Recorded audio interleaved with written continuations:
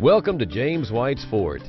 James White came here in 1783 from Iredell County, North Carolina, to claim the land grants that were given to him for his service in the Revolutionary War. Initially, there were 1,000 acres, but by 1800, he had 125,000 acres here in the valley, and more in West Tennessee.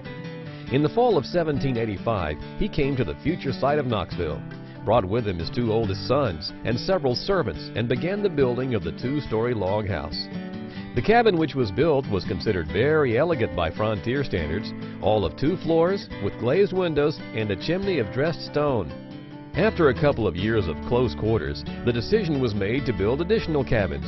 First the kitchen, set apart by the dog trot, then other cabins, smaller, only 1 story in height, and called the guest houses or cabins of lesser pretension. At the same time, the stockade walls were erected, not so much to keep out the Indians, but more to keep out the wild animals. The guest house is furnished as all the small corner cabins would have been originally. These cabins could have been home to more than one family for as short a time as overnight to as long as a year. The women who were staying here would have performed all their own household chores here, just as they would have in their own home. Boys would have slept in the loft, while the girls would have stayed downstairs with the adults. The well would have been a necessity in the Whites' day for water and livestock in the fort. Also, if there had been a fire, they would need a close-by water supply. Next is the outhouse. Knoxville did not have outhouses until about the early 1800s. The legend of the outhouse says that a crescent moon stands for women and a star is for men. Just another myth. At any rate, ours is a 2-seater. And during spring, summer, and fall, you'd have to pluck leaves from nearby trees, such as the pawpaw tree to the left, for toilet paper.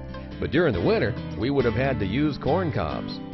The dress in the tall cabinet is a reproduction of a gown from the 1830s period. On the hearth in front of the fireplace is a rope maker. Rope was made by weaving the fibers of the hemp plant and spinning them on the wheel. The maul next to the hearth was used for splitting wood in lieu of an axe. Place the chisel on the wood to be split and strike it with the maul. If the maul is damaged, it would be easier to replace than repairing a damaged axe. The blacksmith shop is where tools and implements of the farm, such as hoes, plows, and later horseshoes, were made.